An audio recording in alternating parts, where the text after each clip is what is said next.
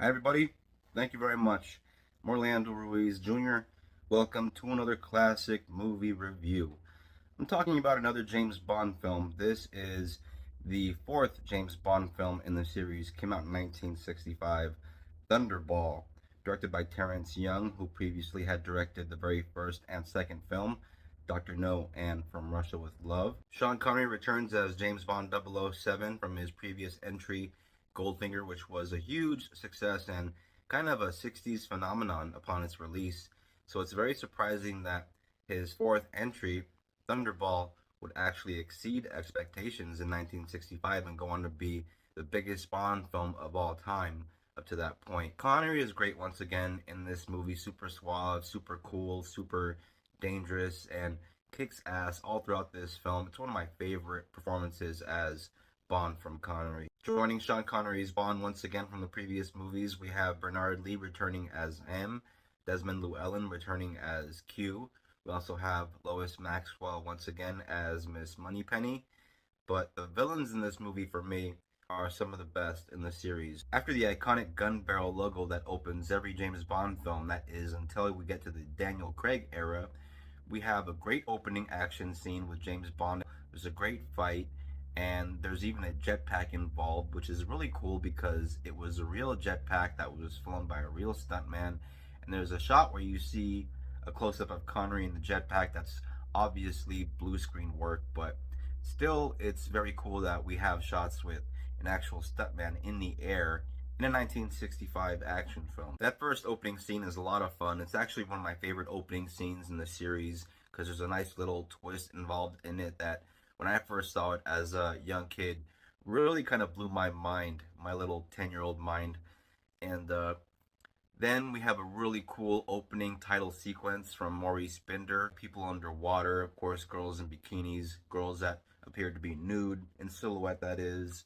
And, very risque for 1965 with the visuals there. Great Tom Jones song with Tom Jones really belting it out. By the time this fourth entry came out, I guess Connery was getting kind of jaded playing the same part over and over again. And so if he wasn't really feeling it by this point, you can't really tell. At least I can't, because part of the fun of watching these early Connery Bond films is watching Connery have so much fun in the part. And he really is on full Mac Daddy mode throughout this movie. His charm is on full display here. There are so many great James Bond moments all throughout this movie, whether it's the opening fight scene or Bond infiltrating the bad guy's house and falling into a pool filled with deadly sharks, or this fight on top of a speeding boat where he has to fight off all of these bad guys.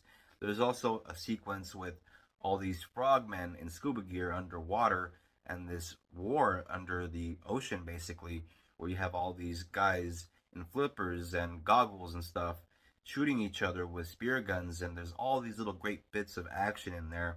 There's the character of Domino, played by Claudine Auger, who is a beautiful woman, and she is basically Largo's lady, and so by Bond trying to talk to her, of course Largo is going to be interested in this guy. Like, why is he trying to talk to my woman? And so, there's that kind of deal where he kind of uses her to see if she can get any information from Bond, and of course Bond is trying to use her to get any information about Largo and whatever he's got going on. I really like the moment at the end of the scene where Bond meets Domino for the first time. He's being very flirty, trying to get information out of her, and she has her guard up a bit, and he says to her, "My dear uncooperative Domino."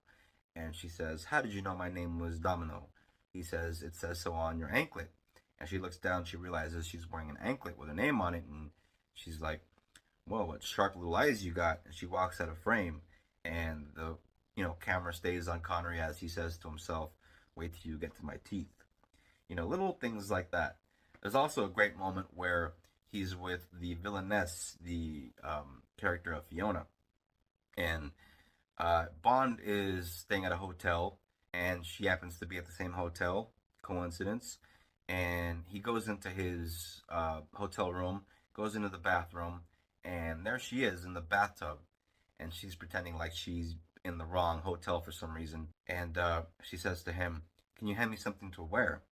And he picks up a pair of her little strappy shoes and puts them right next to the tub. They didn't grab a towel, just grabs a little pair of shoes. So much of what made these early Bond films so much fun is not just the talent in front of the camera, but also the great group of professionals working behind the camera, like the great John Barry, who composed the music for many of the Bond films, starting with the very first film, Dr. No, who really created that Bond sound that we have come to know throughout the decades.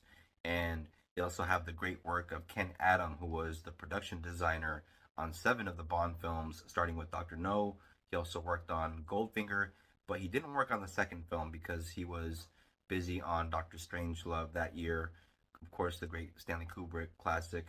And of course, he would go on to, do You Only Live Twice and Diamonds Are Forever. And he also did um, The Spy Who Loved Me and Moonraker. And so, yeah, Ken Adams, many of the great Bond films have a distinct style when it comes to the sets because of his great imagination. Thunderball would mark the third and final time that Terrance Young would helm one of these Bond films as a director, and I really think he has a great eye, great visual style, and even though Thunderball does have kind of a slow pace in terms of action, because the first half is basically mostly set up, there is great payoff in the second half, and there is so much style, so much great wit and all kinds of humor that comes through. Once again, Sean Connery kills it in the role of 007. The guy is always so much fun to watch. The Bond girl, Domino, is mainly kind of the classic, damsel in distress, which was the case in a lot of the early 60s Bond films. Later on, of course, with the 70s, they would get a lot more progressive, where we would get the type of female Bond characters that we would come to expect in the later years. I think Largo makes for a fantastic villain. I love the exchanges of dialogue between Largo and Bond, especially when they're playing cards against each other. And there is not that much subtlety used by Connery's Bond when he says something like, it's your Spectre against mine. And, obviously Largo is a member of Spectre, a very high ranking member, being that he's number 2.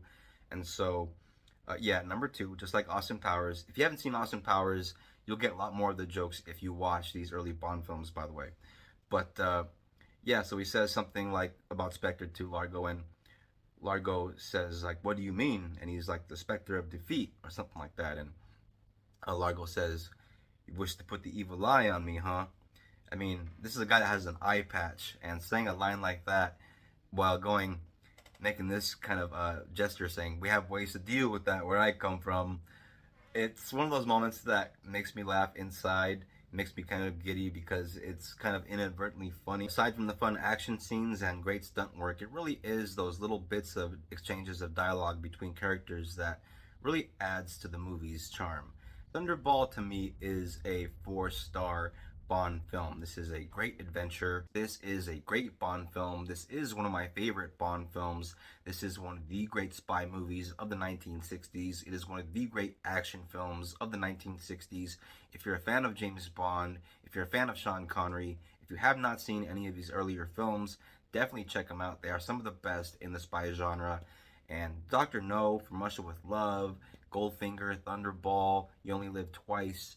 Nobody did it like Sean Connery. He established this character to a T. Thunderball from 1965. I highly recommend you check this out.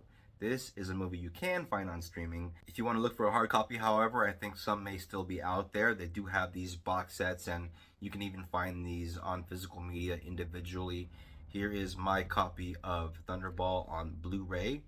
And I own many copies of this movie throughout my life. Back in the day, I had it on VHS, and of course later on DVD, but I had to get it on Blu-ray because great quality, great sound, and there is no better way to watch Bond than in high def. And so yeah, Thunderball 1965, great film. Thank you all very much for watching this classic movie review. I always appreciate it. If you're new to the channel, if you're into classic movies, if you're into this kind of thing, hit the bell, become a subscriber. Don't forget to comment, share, like, always helps out the channel. If you're a returning viewer, I very much appreciate you supporting the channel, coming back and watching every now and then. Thank you very much, and please look forward to the next classic movie review. I will see you very shortly. Thank you, take care of each other, peace out, bye-bye.